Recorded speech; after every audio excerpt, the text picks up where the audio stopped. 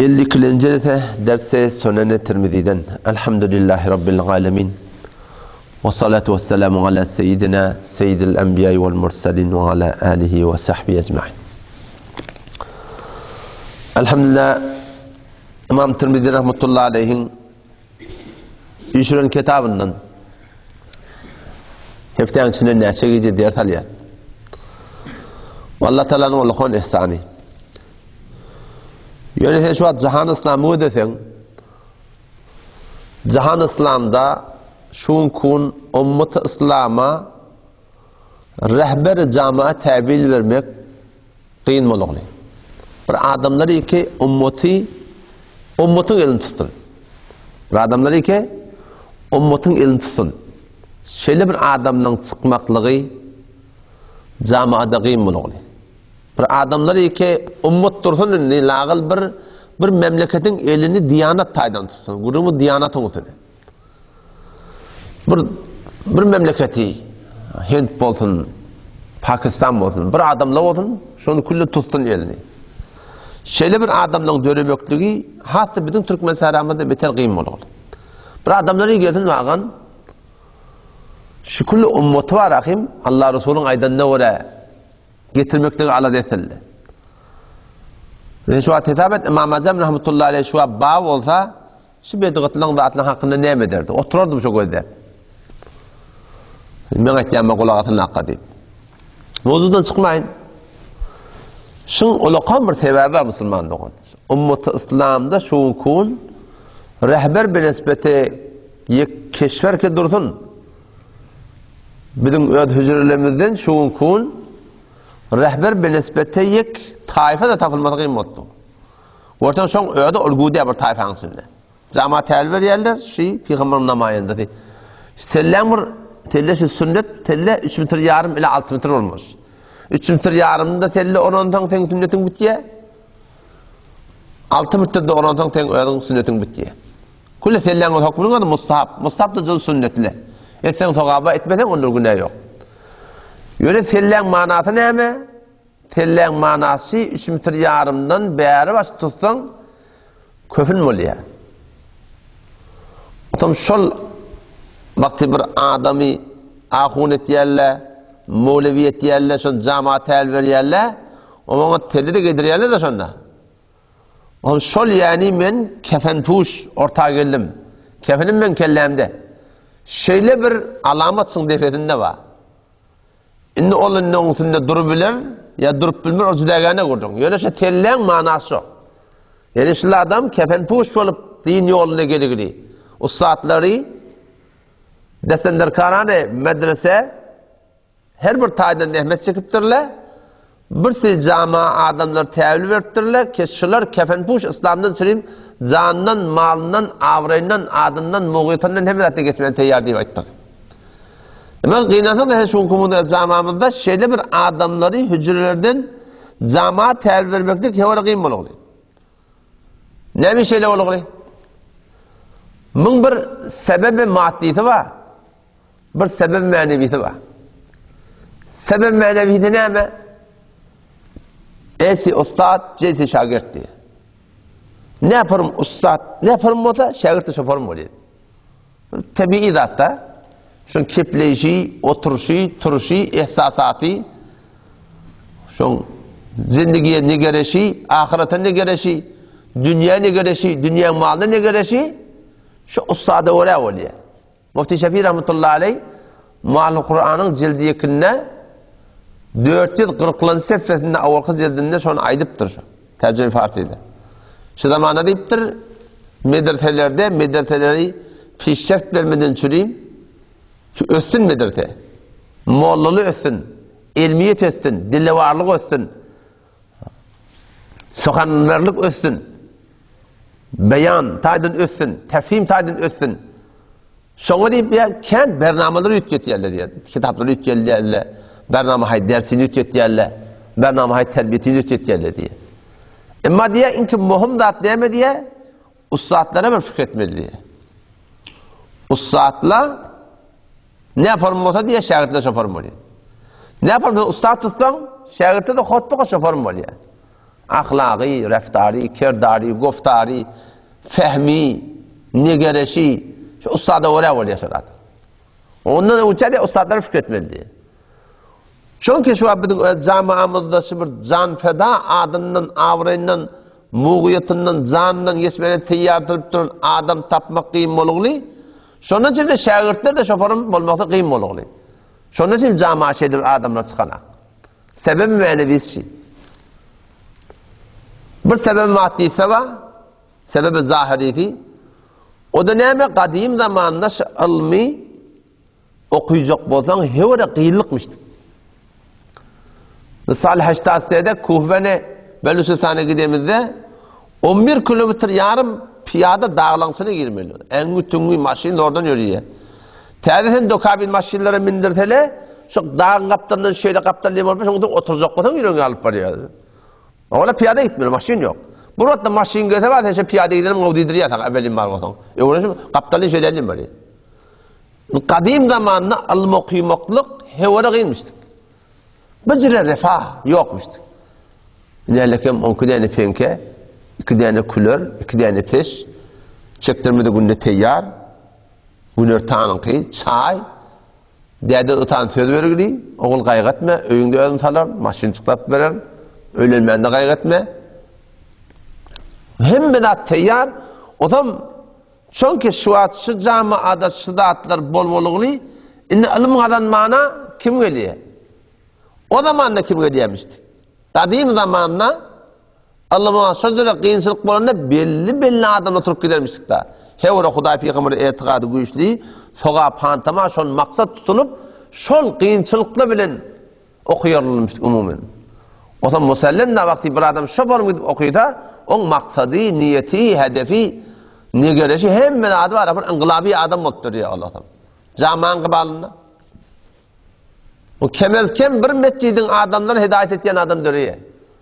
Ama bu konu, bizim şerefah asayişimiz, sebep bulunlu belansbet, herkese nakes molla oluyor.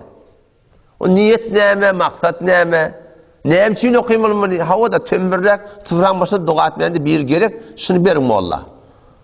Şunu verin molla. Çadırda da Kur'an okumanı bir gerek. Kavurda da var mı Kur'an okumanı bir gerek. Dua tevhid kaldırmanı bir gerek. O da maksat neyme molla çoktan, o din, diyanat, selle, kefen, puş, meydana gelmeli adam nerede? Sıfıran başında oturup, Audu billah, bedgat, Kur'an okumaklık nerede? Ne kadar niyet etek düşürüyor? Şundan çürüyüm şu kun camia, rehberan camia tevrik olmaya. Avval o saatlerde görünme, menne görünme, menne.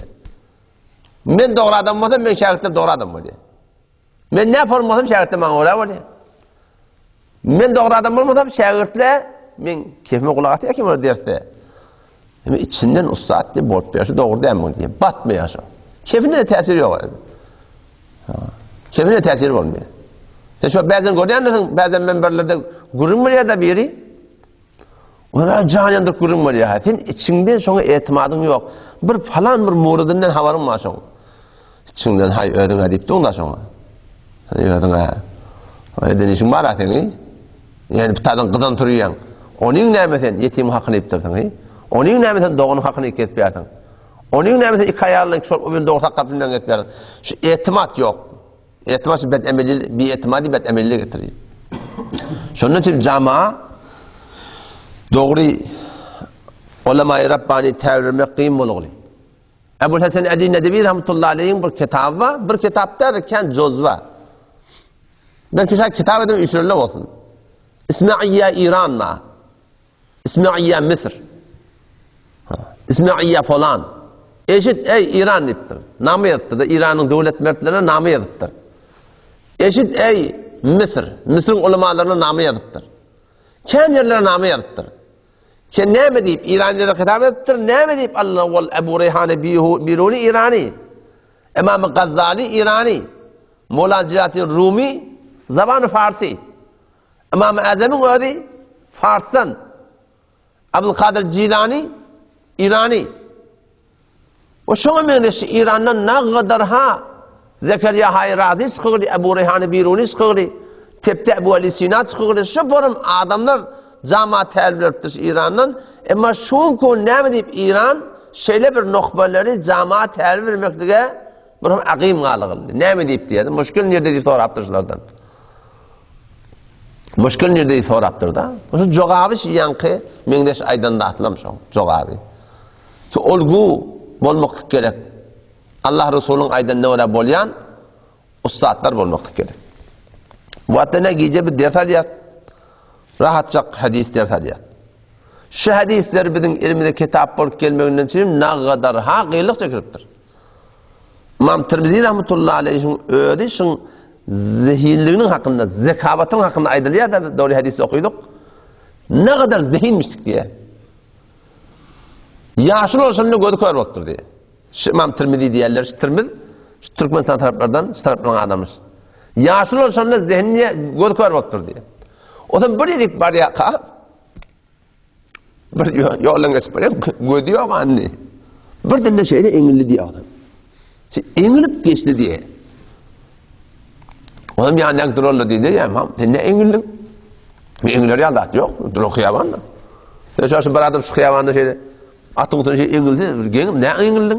Onu satır bağ var dedi. Ama bağ yok dedi diye. Onu tahkik edin dedi ya.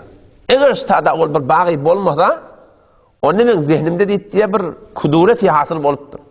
Bir naksi gelip de ben hadis rivayet etmekten gelişmeyen dedi. Tahkik edin dedi. Stada bir bağ olmalı ben olsan geçti deyiptir. Akıldan bir haris bir dat yani zekabatlar. Tahkik edip gördü hava bir bağ varmıştık. Şöyle tallanttır avval, adamlara mudahım deyip ayırttırır sonra. Şicre bir insanlar şu kitaplar yattı. Makbul adamlar olansan şu konuşulan kitaplar bizim aramızda kalıqlı. Makbuliyet. Makbuliyet şart Huday Teala'nın yanına. Eğer Huday Teala iş alacak olsa var ya, asıl adam makbul olmalı Huday Teala'nın yanına. Yoksa sen her ne dile var ola. Huday kep bilen anlap olmuyor ki. İki tane tecrübe bilen, bir tane ruku bilen yani yalvarma Huday anlap olmuyor. Sen el yalvar yanına Yahudi yalvar yarahim. Huday anlap olmuyor.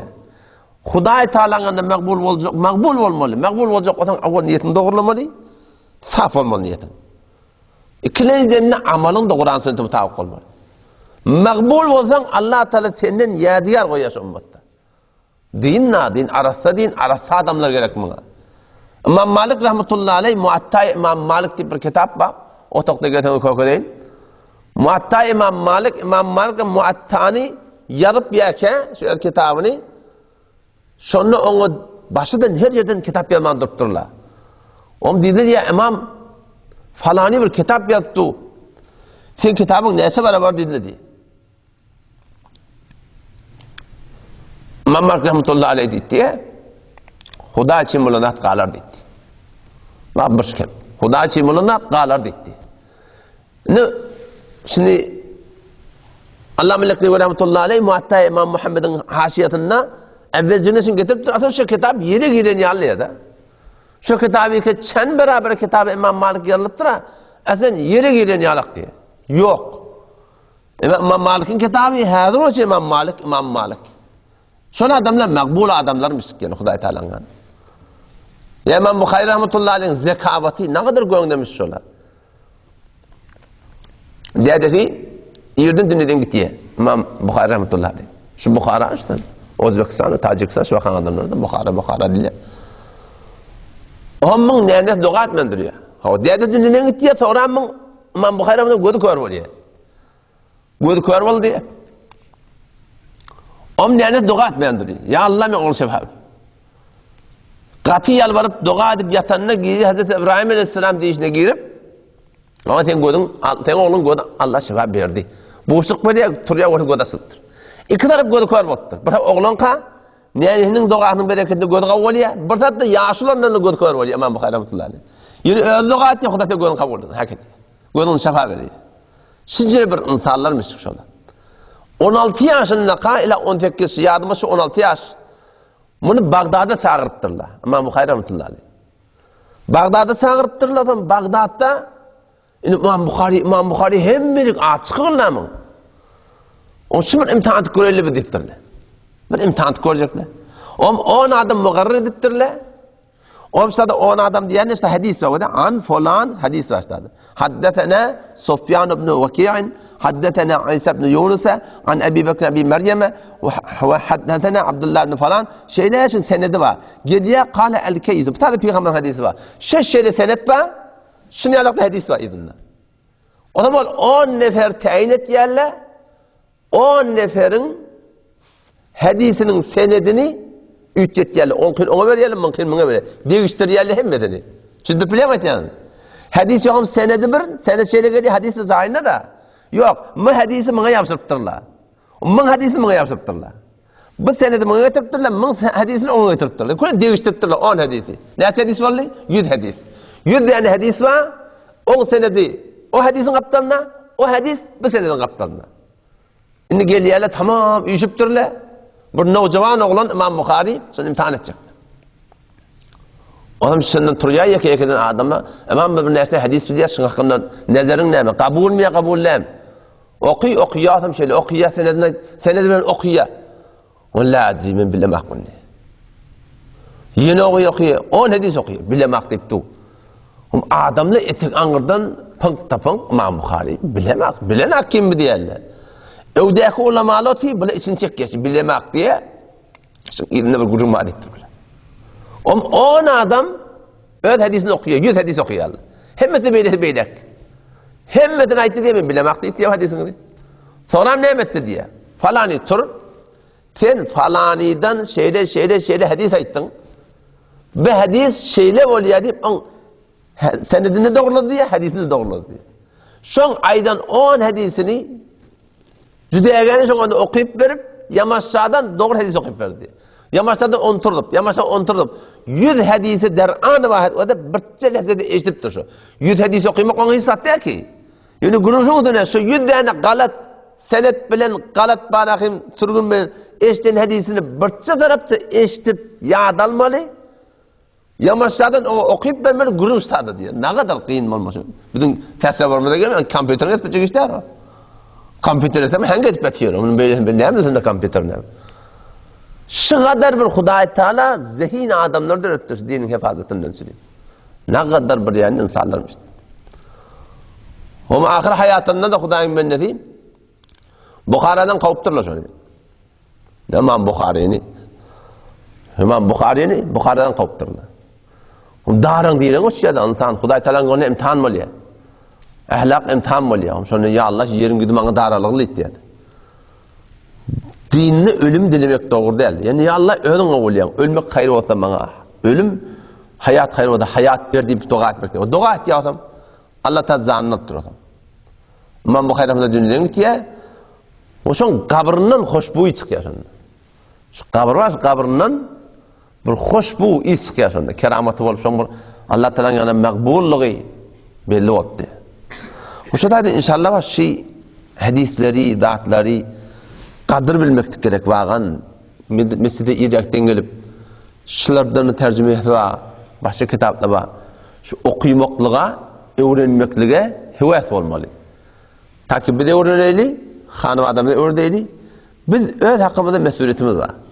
Hanım adam hakkında şeyle biz. Mesul biz, kıyametten sonra betiyiz. Cami'nin kıbalını memuriyetimiz var. Etse eder, o her zamanda boluptur. Peygamberler de sünnettir, edahadat yok. Biz olsak Peygamberin ümmeti tamamen imanlı dünyada inşallah gider. İnşallah Teala. O şurada inşallah mutala ağram vereydi. Kilaslara ehemmiyet vereydi. Öğrenmekten ala dedeydi. Hem dünyamızın hakkında hem ahiretin hakkında dua edeydi. Ve iki daat esl. Bir dua etmeli istigamet. Bir de şey cemden ayrılma. Cemden ayrılmalı. Biz hemen şu an İhdina sıratal müstakim diyatla. Yani biz doğru yol salın. Biz dua ettik. İhdina sıratal. Yani biz doğru yol salın. Sıratal lezine enam talim. Yani nığmap verilen adamın yolunu salın. Biz her rekattasında yani nığmap verilen adamın yolunu salın. Dua et diyatla. Kim şöyle? Peygamberlerin yolunu salın. Şehitlerin yolunu salın. Sıddıkların yolunu salın. Solahaların yolunu salın. Her rekatta Allah'tan yalla şolun yolunu salın. Peygamberlerin yolunu salın deyip dua et diyatla. Ama Allah Teala Kur'an'da bir de peygamberler bile bile bollayım yaptır. Şu peygamber yok da ne? Peygamber nece bile olacak? Peygamber yok. Sıddık, şuhadalar bile bollayım yaptır. Şu şuhadalar ürküdü öyle. Şuhada yok. Solahalar bile bollayım yaptır. Qava adamlar. Qavtelikleri ne bilecekten o? Allah veren bolsun. Sadiqin, sadıkla bilen, sıddıkla bilen bolun deyipdir. Sadık kim? Aytjan kefilim bolup berşi, şeriat bilen jur okuyan insanlar bilen bol deyip toktaydı. Bir dogat yetýärli bir şey olasal, Allah Teala mi diye? Şöyle bilen bol deyipdir. Şimdi bilemedi anladın. Bir dogat yetýärli şey olasal, Allah ne mi diye? Yok şöyle bilen bol diye. Doğa etsin ýaly bolmaklyk gerek. Doğa etsin ýaly bolmasaň, ýöne haki o jawan oglunyň gurunda bilýän. O bap bir ýaşlar doğa etipdir, haja humman doğa eten ogul bersin deyip. O işi jaman doğa etipdir. Yine bir wagt geldi, tatir maňa doğa et, Allah maňa ogul bersin. Oglum ýok. O da qaw doğa etipdir. Yine bir wagt geldi, tatir maňa doğa et, Allah ogul bersin. Ahir ýüzüň ödäpdir, bal seňen öýlenirmiş deyipdir. Öýlenemek, o git öýlenme oşa deyipdir. Sen ýö doğa et. Bizim de gülmüşe olur. Ýöne ihtinas satar mustaqim, sıratallazina en'amta. Ýöne nöwmet bir adamyň ýoluna sal. Oşa adamlaryň ýoluna sal, şu adamlar bilen bolmaly Hudaý Taala. Şu ehli emel bilen bolmaly. Her ýerde bolsun. Allanmaly. O da şu bolup bir şeriata öyle jur ýerler bilen bolmaly. Her kim bolsun. İnşallah şu asl şuwada diýanatymy hepsetjek olsak dua. O bir de şu ehli hak bilen, ehli emel bilen bolmaklyk. Yoksa maraqim jur gelmiyor, taklap bolmuyor. Ve yedullahi ma'al cema' Allah'ın mededin ustası cemaat bilen, üşmelen bilen. Allah temizden tevfik versin. Allah da cennette bilece oturmaklığa. Ulatı bize bir gün ölmeliyiz. Hemen canım bir gün ölmeliyiz. Ebedi bir de akıtacak şeyler o dünya karşı. İnşallah cennette bile oturmaklığa tevfik versin. Vesselamu aleykum ve rahmetullah.